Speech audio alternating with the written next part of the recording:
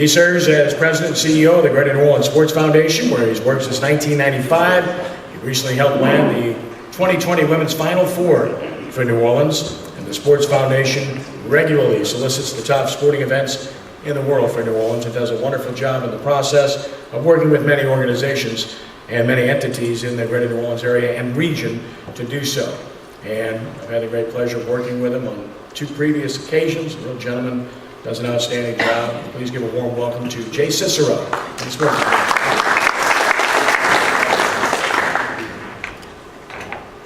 Thanks, Kenny. It's a pleasure to be here. I'm going to talk a little bit about the Sports Foundation and then about one of our marquee events, our annual event, the Arnell Carriers New Orleans Bowl, coming up in a few weeks. But for those of you who don't know, the Sports Foundation was created in 1988 as a group, nonprofit group that would go out and bid upon and manage sporting events on behalf of the city and state for economic development, for tourism, for the development of local businesses, and for the benefit of our citizens. So what we do in actuality is we work with the national governing bodies or the owners of events, such as Jim Ravenack and others, that have available events for bid. We do a thorough job of evaluating their bid specifications, and if we do all the work behind the scenes, such as the housing, the venues, volunteers, and the business plan associated with that event, how many tickets can we sell, how much sponsorship is available, what are the merchandise, what are all the expenses associated with it, what's it going to cost us for housing or transportation or anything else that we have to do to host that event. We evaluate all that, and if all of that looks like it's feasible, then we'll put together an aggressive bid. And if New Orleans is awarded the event, then we sign the contracts with those owners of those events, and then we are charged with executing everything in the contract, raising all the money, and then operationally executing everything that we obligated ourselves to in the bid. So we're doing this, and most people think these events come to New Orleans because we've got hotels and the Superdome and the French Quarter, but it's not that anymore. It's a business plan that is put together, a very detailed business plan that hopefully will beat the other cities. And of course, we've hosted a number of different great marquee events, 3 Super Bowls, 3 men's Final Fours, 3 women's Final Fours, 3 AAU Junior Olympic Games, SEC men's basketball tournament 2 or 3 times, a number of other major events along the way. And in 2001, we created what's now the Arnell Carriers New Orleans Bowl. So this will be our 14th annual New Orleans Bowl coming up, which is pretty amazing. If you think about it, and those of you who were around and supporting us back then, you know that we were starting off as babies, as infants back then, because at the time there was a moratorium on bowl games at 26. We were the 26th bowl game allowed. There was a moratorium. We were only allowed because the Sun Belt Conference was going Division I as a football conference, and they needed a place for their champion to play. So we worked with them to create the event. We'd already had Super Bowl, the women's national NCAA volleyball national championships on our plate. The SEC men's tournament, the men's Final Four, women's Final Four are already on our plate. And so we squeezed in the first annual New Orleans Bowl in December of 2001. And really, we're just hoping to survive. But we always knew that the real prospect, the real aspect of that event, that it wasn't just a one-off event. And we'd search for more than just doing events every 4 or 5 years or every 10 years, depending on the scope and quality of that event. And New Orleans Bowl became that signature event that's on our calendar year in and year out. So the Sports Foundation, there's a separate group, New Orleans Bowl, Inc., that is a separate nonprofit, and the Sports Foundation is serves as the day-to-day management group for that event. So with us today, Sam Joffrey is our Senior Vice President of Communications and handles all of our bids. So all the details of every bid goes through his office and a couple more people on our staff. And our Vice President of Membership, Tricia Calamia-Lowe, been with us for 15 years or so now. Those of you interested in being a member of our organization, see Tricia. She's the best at what she does in the city, at really communicating and special events associated with our membership. But you know, in recent months, we've had a couple of non-positive responses, we call them, with a Super Bowl and men's Final Four. But last week we were awarded the women's Final Four for 2020. We're very happy about that. So to put those things kind of in perspective, if you look at the schedule of when we had the men's Final Four in the past, we had a number of them prior to 1993, but it was 1993, 2003, and 2012, so 10 years and then 9 years in between those events. So we missed out on a couple of cycles in between. Competition's a lot more fierce, new stadiums come into play, desire from other cities to host these major events, and the discovery from other cities about what we do and the big business that it means for their area. Same thing for Super Bowl. We had it in 2002 and then 2013, so 11 years in between. So, you know, missing out on the cycle is not uncommon, and we realize that. We're always trying to pitch and always trying to get the best events here, and I'm sure we'll be in the mix in the future. New Orleans is still a very desirable place. The Superdome is still a great place to play football or for the host of men's Final Four. The French Quarter is the French Quarter. It's one of the best and what everybody else tries to create around the world when they're hosting their events. So we still have all the elements in place. It just wasn't our turn this time around. So we're excited about being in those bids again in the near future. And for some major events that we will be bidding on, we'll be working very closely with the All-State Sugar Bowl for the next round of bids for the College Football Championship game. We'll be working very closely with the New Orleans Saints on the next round of bids for the Super Bowl.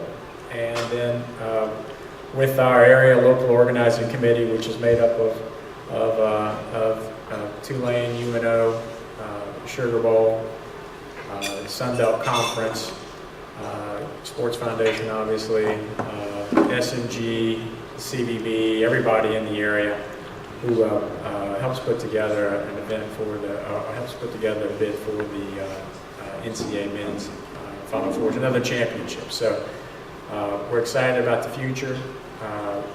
We're going to be there in the mix, and at this time I'd like to open it up to any questions you may have about the Sports Foundation, any of our events, or anything we may be working. Yes? I noticed that in losing several of the events recently that they were talking about Texas, how much that the legislature of Texas is inputting money into it. Do we think we're going to have to go to the state and try and get some money?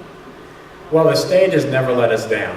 I can tell you that. They've supported every major event that we've hosted in the past 15 years with financial support. What Texas has that we do not have is something that says that this money is there prior to your bidding. So when Texas goes into a bid, there's a guarantee that that money is there.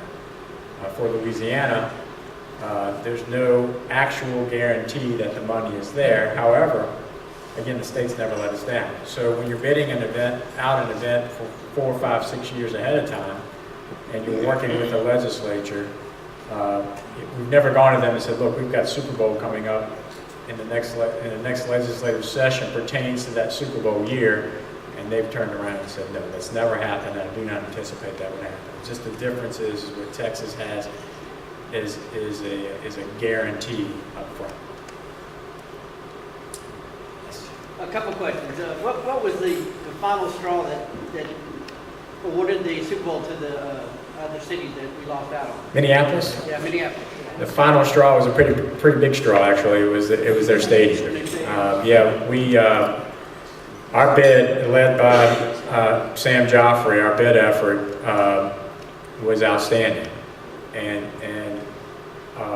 hearing from the Saints who were in the room to hear the bids from the other two cities, it was Minneapolis and Indianapolis. Hearing feedback from the NFL on the evaluation of the financial aspect, what it means to the NFL for our bid, what we offered, what they could sell in New Orleans, what their expenses were in New Orleans, what we offered as our bid, versus what Minneapolis offered, was our bid was far ahead of Minneapolis.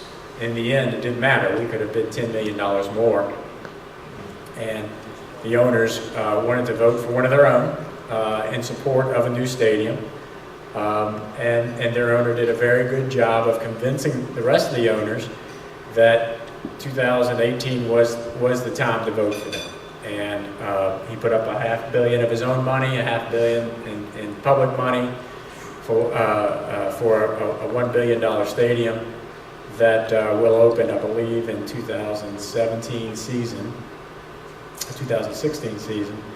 And they were awarded a Super Bowl in return. So very difficult to compete with, no matter what your bid is, that a new stadium would be in line for a Super Bowl, but that seems to be the trend in the future. You have a second part? Yeah, and actually, I think that's the reason why we've missed out of all the Super Bowls, had that 13-year drought, only because of the new stadiums that were getting built. So hopefully this is the last new stadium for a while. But Well, you've got Atlanta coming up soon also. They're probably in line for a future Super but Bowl. Atlanta's boring, everybody knows that. Yeah. Anyway. Boring doesn't matter. Minnesota's not that exciting, so and you compare it to New Orleans. My second question is about the New Orleans Bowl. Obviously, the game being at 10 o'clock on Saturday is due to being on the television. I'm sure TV. Yeah, there's a couple reasons for that. When the Saints are playing the Falcons the next day, Okay. And so we had to take the earlier slot in order for the SMG folks to turn around the stadium in time. Because if you've come to the game, which most of you have, we totally decorated in New Orleans Bowl. That all has to come down, and the Saints look has to go back up. The painting of the field, the cleaning of the stadium, the preparation is quite dramatic. So what teams are you scouting for the New Orleans Bowl right now? Well, we're obviously looking at Louisiana Lafayette as one of our potential teams. Arkansas State is in there. They have several teams that are bowl eligible this year already, and they do not have any more that can become bowl eligible this weekend. So unfortunately, we're going to have to wait until it looks like December 7th, and we're working hard right now to speed that up. But we may have to wait until December 7th when ESPN and the College Football Championships announce every bowl matchup before we can formally announce anything. It's actually written into the contract between ESPN and the College Football Championship that they are to announce bowl matchups, even though it may or may not affect who it's going to be, but the timing of when it may be. So we may be waiting until December 7th. This year, our matchup is the first pick from the Sun Belt versus a Mountain West Conference team. So it's a little bit different than what we've had in the past. If you remember, our first New Orleans Bowl back in 2001 was Mountain West. Colorado State was our opponent against North Texas. There's a number of choices from Mountain West. They have 5 teams bowl eligible now. They have a chance of having 6, and a lot of it depends on whether TCU and others. Baylor gets in the top 4. Slim chance of that, but nobody wants to count themselves out. Plus, there's the upper tier, upper 5 conferences and the lower tier 5 of conferences. The highest rated champion from the lower tier, champion of one of the conferences from the lower tier, the highest rated one will play in one of the major bowl games this January. And so none of the conferences want to take themselves out of contention for that by announcing any teams too early. So it's the first year everybody's kind of working through this whole college football championship and the effects on all the other bowls and what ESPN's role is. Now ESPN owns 10 or 12 bowls themselves, so they're kind of working against themselves as far as announcing the teams, but everybody's working together to announce the teams as early as possible. So it could be a Conference USA team, possibly? Could be. Conference USA is the backup for Mountain West if they did not have enough teams bowl eligible to fill all those slots. Any other questions? Thank you for having me.